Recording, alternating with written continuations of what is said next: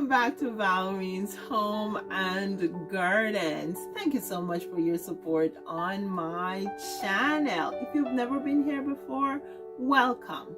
Now let's look at two words I have on the board here: color and hue. Is there a difference between the two, or can they be used interchangeably? Yes, hue can be used instead of the word color. Hue is referring to the color family.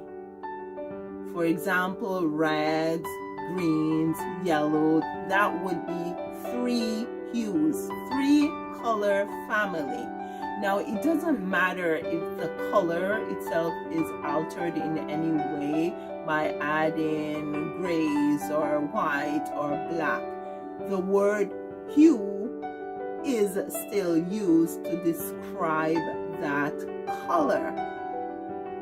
So yeah, color or hue, whichever one you prefer to use.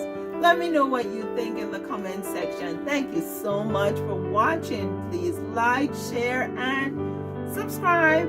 I'll see you in the next video.